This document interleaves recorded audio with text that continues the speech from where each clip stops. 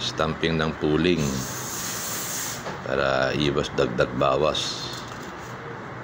Yan. After na ma-check ko kung ilang ibon na yan, in-stamp ko na. Yan, pa to. Yan, marami to. Isa pa. Yan.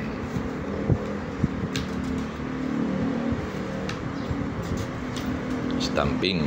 Kung sa kalapate may stamping, ang pooling natin may stamping din. Kung ilan na kasali. Yan, ang kapal niya, no?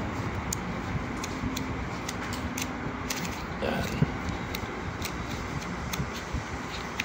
Yan. At meron pa dyan. Tatakan na. Dami to. Kapal, oh. Yan, lahat naka-pooling to.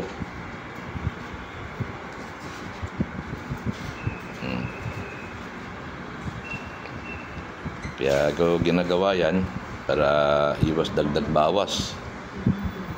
Kung ano nakasulat, yun na. Hindi na pwede baguhin. Dahil naka-encode na yan, ay hindi na rin pwede bawasan at hindi na rin pwede dagdagan. Yan, hanggang matapos na to. Then, after ma-stamp ko lahat yan, ilalagay ko dito sa brown envelope. Tapos yung brown envelope isi-seal ulit yan. Babaguhin ko to, papalitan to, isi-seal ulit to, pooling young bird. Yan, okay. Ganun kaklaro ang PHA. Walang dagdag bawas yan.